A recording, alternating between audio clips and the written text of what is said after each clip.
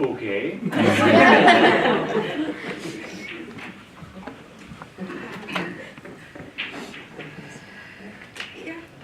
Just speak here. Great.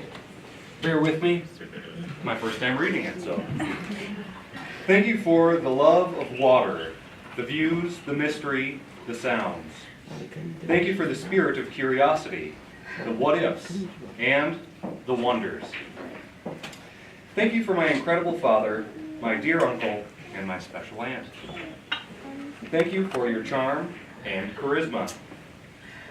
Thank you for your unconditional love, blind adoration, and unflinching belief in me.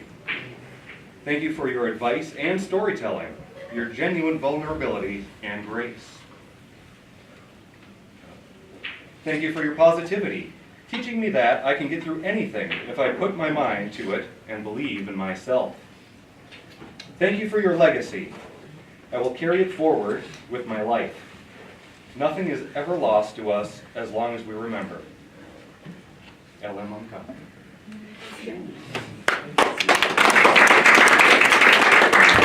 Thanks, Eva. Go ahead, Rebecca. Do you want to say something? Something that I said at the Michigan Memorial, and goes to what you said about blood did not matter to John.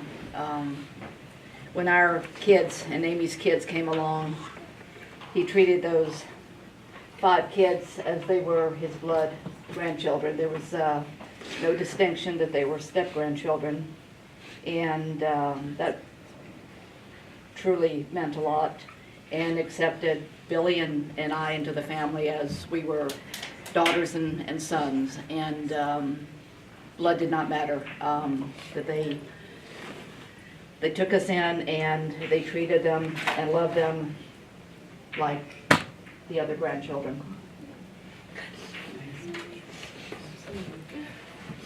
Anyone else have anything you want to I say? do want to say something. John? I'm married to Jake.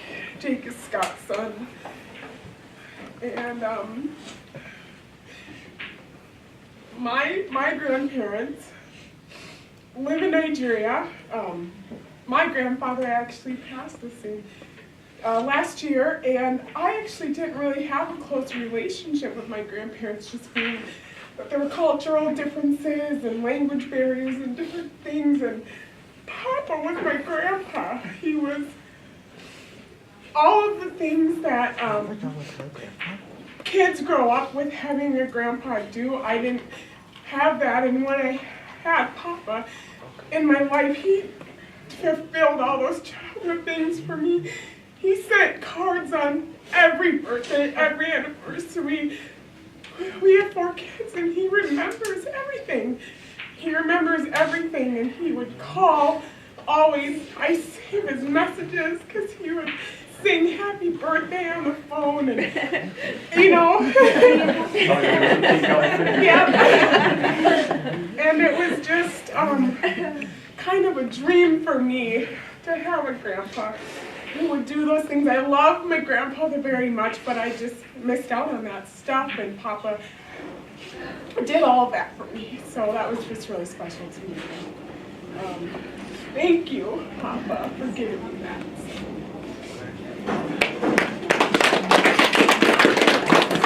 I guess I'd like to say a little something. Obviously, very important in our family.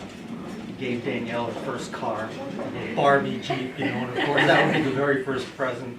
But more than that, as soon as he finds out she's born, he did that with everyone. He has to rush there and welcome this new baby, no matter what child, where it is. It's like, that's what you were talking about, family. And for a guy, that was just so unusual, how precious he held that new life. And when he thought about that. And someone that can always be there for you, someone that always thought differently than I did, which I found as a benefit later on, because the rest of the world was saying this, and your dad taught me a saying that he went by, and he said, the herd is usually wrong. And that was his way of thinking. If everyone else is saying this, your dad would automatically think this, and he was invariably right. He was precious beyond belief to Sean.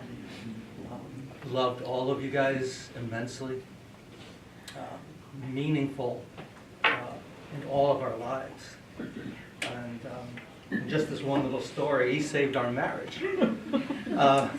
When we were first married, we were still in that you could be passive-aggressive stage and not talk anything out because he still didn't think you should do that with the other person. So we had a Datsun B210, which was a stick shift.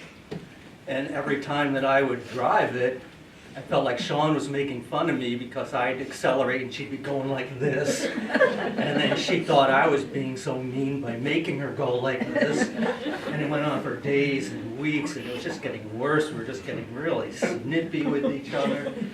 So then your dad comes and visits, and he gets in the car, and I start to take off, and he says, "Wait a minute.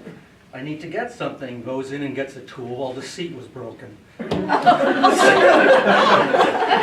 automatically went for the solution, and then Sean and I look at each other like, you know, we've been mad at each other for 2 weeks, and there was a bolt on the seat that was broken.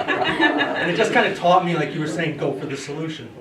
You know, and it taught us something like, okay, we can talk this out, there's probably a simple solution, we don't have to be holding this stuff in. And it really did impact our marriage.